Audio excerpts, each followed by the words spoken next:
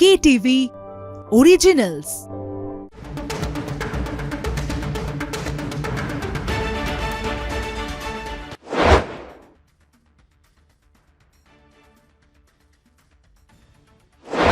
নমস্কার, আমি ঋষিকেশ। শুরু করছি স্টেডিয়াম বুলেটিন, কো স্পন্সর জ্যাক অলিভল। আপনাদের সঙ্গে আজকে যে বিষয় নিয়ে আলোচনা করব, অতি অবশ্যই কিছুক্ষণ আগেই শেষ হচ্ছে ভারত নিউজিল্যান্ড প্রথম টি-20 ম্যাচ এবং 48 রানেই প্রথম টি-20 ম্যাচ জিতে নিয়েছেন সূর্যকুমার যাদবরা।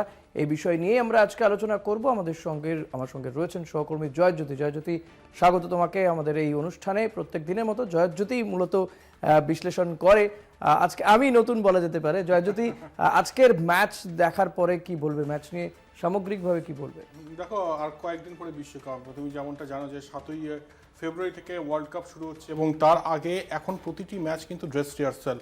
আর 48 রানে জয়, টি-20 ফরম্যাটে 48 রানের জয়টা কিন্তু অনেক বড় রানের ব্যবধানে জয়, এবং এটা অবশ্যই অক্সিজেন বা আত্মবিশ্বাস যোগাবে ভারতীয় থিঙ্ক ট্যাঙ্ক এবং ভারতীয় ক্রিকেটারদের। আর বিশেষ করে যার কথা বলবো, অভিষেক শর্মা মাতিয়ে দিয়ে গিয়েছেন, তাকে নিয়ে বিশ্লেষণে আসবো। তবে সার্বিক দিক থেকে এটাই বলবো যে ওডিআই সিরিজটা হার ভুলে টি-20 সিরিজে জয় দিয়ে শুরু, বড় ব্যবধানে জয়, এবং অতীতকে ভুলে গিয়ে সামনে যে ওয়ার্ল্ড কাপ আসছে সেটার জন্য তৈরি টিম ইন্ডিয়া, সেটা কিন্তু প্রথম টি-20 থেকে অ্যাটলিস্ট সেটার একটা আভাস পাওয়া যাচ্ছে। একদম, জয় তো জয় নিয়েই বললো। অভিষেক শর্মা নিয়েও জয়কে বলতে বলবো, কারণ অভিষেক শর্মার যে ধোঁয়াধার ব্যাটিং, 84 রানের যে ইনিংসটা খেললো, সেটা কিভাবে ব্যাখ্যা করবে? দুর্ধর্ষ অভিষেক শর্মার ডেডিকেশনটাই অন্যরকম। তিনি যেভাবে প্রস্তুতি নেন, আমি এর আগেও দেখেছিলাম যে স্টাইলে তিনি প্রস্তুতি নেন, তিনি কিন্তু দুর্ধর্ষভাবে নিজেকে তৈরি করেন। এবং অভিষেক শর্মা এই টিম ইন্ডিয়ার অবশ্যই কিন্তু একটা পিভোটাল রোল প্লে করবেন আগামী ওয়ার্ল্ড কাপেও। কারণ অভিষেক শর্মা যে সময় ব্যাটিং করেন, ওই ওপেনিং স্লট প্রথম 6 ওভার অত্যন্ত গুরুত্বপূর্ণ, এবং প্রথম 6 ওভারের যে রানটা তুলে দেবেন যদি তিনি টিকে থাকেন, তারপরে কিন্তু আর কিছু দেখতে হয় না। এবং আজকেও যে ইনিংসটা তিনি খেললেন, 35 বলে 84, 5টি 4, 8টি 6, 240 স্ট্রাইক রেট, অবিশ্বাস্য। যুবরাজ সিংয়ের একদম সুযোগ্য ছাত্র। আর এইভাবেই তিনি খেলতে ভালোবাসেন, এই স্টাইলেই তিনি খেলতে ভালোবাসেন।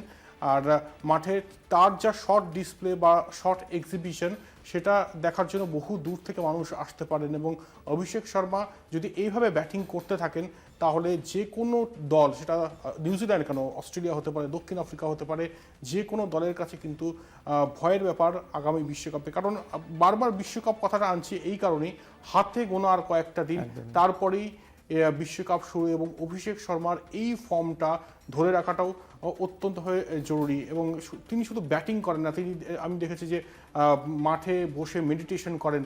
এবং চ্যাম্পিয়ন ক্রিকেটারদের বিভিন্ন ট্রিক্স থাকে যে তারা কীভাবে তৈরি হবেন। সচিনকে দেখতাম যে তিনি 2003 বিশ্বকাপের সময় একদম থ্রু নকিং করে গিয়েছেন, নেটে ব্যাটিং প্র্যাকটিসই করেননি। তাই এক একজন চ্যাম্পিয়ন ক্রিকেটারের এক এক রকম থিওরি থাকে, বিরাট কোহলির একরকম থাকে। এই সময় টি-20 ফরম্যাটে যদি বলি, অন্যতম বড় খেলোয়াড় অভিষেক শর্মা, তারও কিন্তু একটা নিজস্ব স্ট্র্যাটেজি থাকে, এবং তিনি সেই অনুযায়ী প্র্যাকটিস করেন এবং সেটাকে সবথেকে বড় কথা এক্সিকিউট করতে জানেন। এবং আজকের রাতটাও নাগপুরে সেই এক্সিকিউশনের রাত, এবং অভিষেক ঝড় তুলেছেন আজকে ব্যাট হাতে। এই ঝড়টা চলতে থাকুক 8ই মার্চ পর্যন্ত। একদমই, তুমি ঝড়ের কথা বললে যখন, জয়জ্যোতি, আর একটা কথা বলতে হয়। গত কয়েকটা আমরা দেখেছি সিরিজে যে সূর্যকুমার যাদবের ব্যাটে কোনো ঝড় ছিল না, তবে আজকে ঝড়ের একটা ইঙ্গিত ছিল। ওয়ার্ল্ড কাপ তার সামনে বলা হচ্ছে শেষ সুযোগ, যদি রান না পায় বাদ যেতে পারে, ক্যাপ্টেন্সিও যেতে পারে। অবশ্যই এটা সূর্যকুমার যাদবের একদম শেষ সুযোগ, এবং সূর্যকুমার যাদব সেটা নিজেও জানেন। কারণ শুভমান গিলকে যদি ড্রপ করা হয়, শুভমান গিলকে যদি আমরা দেখি যে ভাইস ক্যাপ্টেন, তিনি যদি টি-20 স্কোয়াডে না থাকেন ওয়ার্ল্ড কাপের, তাহলে সূর্যকুমার যাদব ভালো কিছু না করলে বিশ্বকাপের পর তাকে যে সরিয়ে দেওয়া হবে, এটাও কিন্তু প্রায় নিশ্চিত। তাই সূর্যকুমার যাদবকে ফর্মে ফিরতে হবে। এত বড় মাপে টি-20 ক্রিকেটার, এবং তিনি লয়ে থাকলে কি করতে পারেন সেটা আমরা প্রত্যেকেই জানি, এবং সেই জন্যই তিনি এই জায়গায়। তাই সূর্যকুমার যাদবের এক্সট্রা অ্যাডিশনাল একটা রেসপন্সিবিলিটি রয়েছে ক্যাপ্টেন্সির, এবং সেই সঙ্গে যে পজিশনে তিনি ব্যাটিং করতে আসবেন, কখনো 3 কখনো 4। এর আগে যখন কটক টি-20 কভার করতে গিয়েছিলাম, তিনি একটা কথা বলেছিলেন যে 3 থেকে 6 এই পজিশনগুলো, 3, 4, 5, 6 ফ্লেক্সিবল, যে কোনো ব্যাটার যে কোনো পজিশনে কিন্তু আসতে পারে। সূর্যকুমার যাদব আশা করব যে আগামী ম্যাচগুলোতে ওই হয় 4 নয় 3 এই পজিশনেই তিনি খেলবেন, এবং সূর্যকুমার যাদব আজকে 22 বলে 32 রান করেছেন। একটু আভাস পাওয়া গিয়েছে অবশ্যই, মানে সূর্য পুরোপুরি ওঠেনি, তবে একটু আলো দেখা গিয়েছে। আমরা চাইবো সূর্যের তেজটা আরো প্রখরভাবে আসুক এবং ঝলসে যাক বাকি অপোনেন্টরা। একদমই জয়, আমাদের একটা ছোট্ট বিরতিতে যেতেই হচ্ছে, তবে তার আগে তোমাকে মানে আমি বলে রাখবো যে দর্শকদের আমরা বিরতির পর কোন বিষয়গুলো নিয়ে অতি অবশ্যই আলোচনা করব। রিঙ্কু সিং এবং ঈশান কিষান অত্যন্ত গুরুত্বপূর্ণ, অনেকদিন পর ঈশান কিষান ভারতীয় দলে ফিরেছে, সেটা নিয়েও আলোচনা করবো। একটা ছোট্ট বিরতি নিচ্ছি, বিরতির পর ফিরে আসবো, সঙ্গে থাকবেন। ফিরে এলাম বিরতির পর, আপনারা দেখছেন স্টেডিয়াম বুলেটিন, আপনাদের সঙ্গে রয়েছি আমি ঋষিকেশ। জয়ের মুখ থেকে অনেকবারই বিশ্বকাপের কথা উঠে আসছে, টি-20 বিশ্বকাপে এই মুহূর্তে সবচেয়ে যেটা গুরুত্বপূর্ণ প্রশ্ন, বাংলাদেশ কি খেলবে, এটাও কিন্তু জানতে চাইবো আমাদের এই সেগমেন্টে। তবে তার আগে জয়, রিঙ্কু সিং তার যে অনবদ্য ব্যাটিং দেখলাম আমরা, শেষের দিকে নেমে নিচের দিকে নামছে, 44 রানের ব্যাটিং, এটাকে কিভাবে ব্যাখ্যা করব? আমি নিশ্চিত আজকে মানে ভারতীয় থিঙ্ক ট্যাঙ্ক, যে থিঙ্ক ট্যাঙ্ক একটা সময় রিঙ্কু সিংকে এর আগের সিরিজে নেয়নি, সেই থিঙ্ক ট্যাঙ্ক নিশ্চয়ই বুঝতে পারবে যে রিঙ্কু সিংয়ের গুরুত্বটা ঠিক কোন জায়গায়। মানে প্রতিটা টিমে না এক্স ফ্যাক্টর বলে একটা বিষয় থাকে এক একজন ক্রিকেটার। আমি মনে করি এই টিমে এক্স ফ্যাক্টর হার্দিক পান্ডিয়া এবং রিঙ্কু সিং যদি খেলেন, অবশ্যই এই রিঙ্কু সিং। আজকের ইনিংসটা তুমি দেখো, 20 বলে 44 রান, 4টি 4, 3টি 6, 220 স্ট্রাইক রেট। ওই যে শেষ বেলায় এসে একটা ক্যামিও খেলে দেওয়া বা ফিনিশারের ভূমিকা পালন করা, এটা কিন্তু এত সহজ নয়। মহেন্দ্র সিং ধোনি করতেন, এই সময় দাঁড়িয়ে রিঙ্কু সিংয়ের থেকে বেটার ওয়েতে এত সহজভাবে এফোর্টলেসলিভাবে করতে কিন্তু সেভাবে কাউকে দেখা যায়নি। তাই রিঙ্কু সিং অবশ্যই একটা গুরুত্ব বহন করবে আগামী বিশ্বকাপে। বারবার বিশ্বকাপ কথাটা আনছি কারণ সামনেই বিশ্বকাপ, আর এই ম্যাচে তার ঝলক কিন্তু দেখা গিয়েছে। 220 স্ট্রাইক রেট, 20 বলে 44 রান, উইকেট ফল যদি অপর প্রান্ত থেকে হয় তাহলেও তিনি অত্যন্ত একদম শান্ত থাকেন। শান্ত মাথায় স্ম্যাশ করতে হয় মাঠের চারধারে কীভাবে, রিঙ্কু সিং জানেন। এবং যে ক্রিকেটার 5 বলে 5টি 6 মেরে ম্যাচ জেতায় আইপিএলে, সেই ক্রিকেটারের পোটেনশিয়ালিটি নিয়ে অন্তত প্রশ্ন করা উচিত না। তাই রিঙ্কু সিংয়ের এই সিলেকশনটাও বোধহয় সঠিক ছিল, সেটা আজকে রিঙ্কু সিং নিজে ব্যাট হাতে প্রমাণ দিলেন।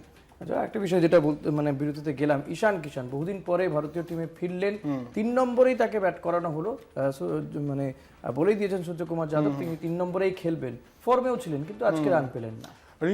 রিঙ্কু সিং এর কথা বলছিলাম, ঈশান কিষানও ঠিক ওই স্টাইলেই কিন্তু ব্যাটিংটা করেন। 3 নম্বরে আজকে সুযোগ পেয়েছিলেন এবং বলে রাখি 785 দিন পরে তিনি এলেন ভারতীয় স্কোয়াডে। আজকে কিছুটা শেকি মনে হয়েছে। প্রথম ম্যাচে চুলচেরা বিশ্লেষণ করা হয়তো সঠিক হবে না, তিনি ডোমেস্টিক সার্কিটে যথেষ্ট ভালো ব্যাটিং করেছেন। তবে আজকের দিনটা ঈশান কিষানের জন্য ছিল না, প্রত্যাবর্তনটা সেভাবে হয়তো হয়নি। তবে আগামী ম্যাচগুলোতে আশা করব যে ঈশান কিষানকে কিন্তু ট্রাই করা হবে, কারণ যেহেতু তিলক বর্মা এই মুহূর্তে চোটগ্রস্ত, তাই ঈশান কিষানেরও একটা রোল প্লে করার রয়েছে। এবং ভালো ক্রিকেটার, এর আগে যথেষ্ট ভালো ভালো ইনিংস আমরা দেখেছি, ওডিআই ক্রিকেটেও 200 করেছেন। তাই ঈশান কিষানের পোটেনশিয়ালিটি নিয়েও কোনো প্রশ্ন থাকতে পারে না। তবে আজকের রাতটা ঈশান কিষানের ছিল না। একদমই, যেটা সবচেয়ে বড় গুরুত্বপূর্ণ প্রশ্ন, বিশ্বকাপের কথা তুমি যেমন বলছো, টি-20 বিশ্বকাপে বাংলাদেশ খেলবে কি খেলবে না, এটা এই মুহূর্তে সবচেয়ে বড় প্রশ্ন হয়ে দাঁড়িয়েছে।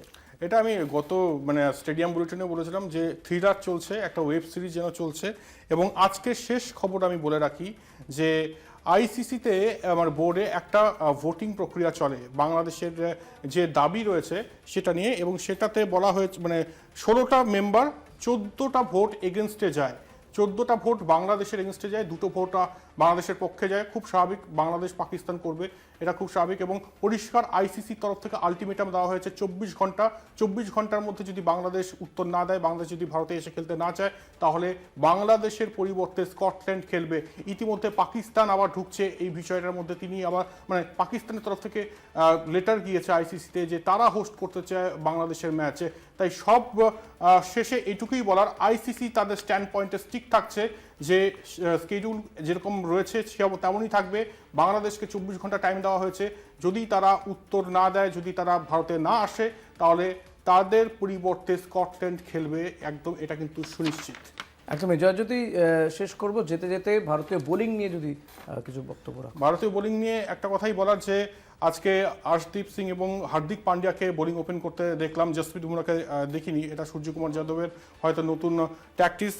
তবে আর্শদীপ ভালো বোলিং করেছেন, বরুণ চক্রবর্তী 2টি উইকেট নিয়েছেন, বুমরা 3 ওভার 29 রান, কোনো উইকেট পাননি। এবং দুবে শেষ বেলায় এসে 3 ওভার 28 রান, 2 উইকেট। আর্শদীপের ইকোনমিটাও দেখার মতো, 4 ওভার 31 রান 1টি উইকেট, মানে দেখার মতো এই জন্যই বললাম, বাকিরা কিন্তু অনেক রান দিয়েছেন, সেই তুলনায় আর্শদীপ ইকোনমিক্যাল এবং একই সঙ্গে একটি উইকেটও নিয়েছেন। একদমই নিঃসন্দেহে আজকে যে ভারত নিউজিল্যান্ডের যে টি20 প্রথম ম্যাচ আমরা দেখলাম, ভারত 48 রানে জয় পেয়েছে এবং আরও অনেক ম্যাচ রয়েছে বিশ্বকাপের আগে। এই সিরিজটা খুবই গুরুত্বপূর্ণ ভারতের কাছে। ভারত জয় দিয়ে শুরু করেছে টি20 এই সিরিজটা নিঃসন্দেহে, এবং বাংলাদেশ খেলবে কি খেলবে না টি20 বিশ্বকাপে সেটা জয়জ্যোতি আপনাদের কাছে পরিষ্কার করে দিয়েছে। আলটিমেটাম দিয়ে দেওয়া হয়েছে আইসিসির পক্ষ থেকে, 24 ঘন্টার মধ্যে তাদেরকে হ্যাঁ বা না বলতে হবে, না হলে কিন্তু স্কটল্যান্ড ঢুকছে তাদের পরিবর্তে। দেখা যাক শেষমেশ কি হয় এবং পরবর্তী ম্যাচগুলোতে ভারতীয় টিম কেমন হয় এবং যে টিম কম্বিনেশন করা হয়েছে তারাই বা কি পারফরমেন্স করে। ঈশান কিষানের দিকে অতি অবশ্যই নজর থাকবে, রিঙ্কু সিং, সূর্যকুমার যাদব এদের দিকে নজর থাকবে। আজকের মতো স্টেডিয়াম বুলেটিন আমরা এখানেই শেষ করছি। জয়জ্যোতি, অনেক ধন্যবাদ তোমাকে। স্টেডিয়াম আজ এখানেই শেষ করছি স্টেডিয়াম বুলেটিন। দেখতে থাকুন কলকাতা টিভি, রাত দিন 7 দিন।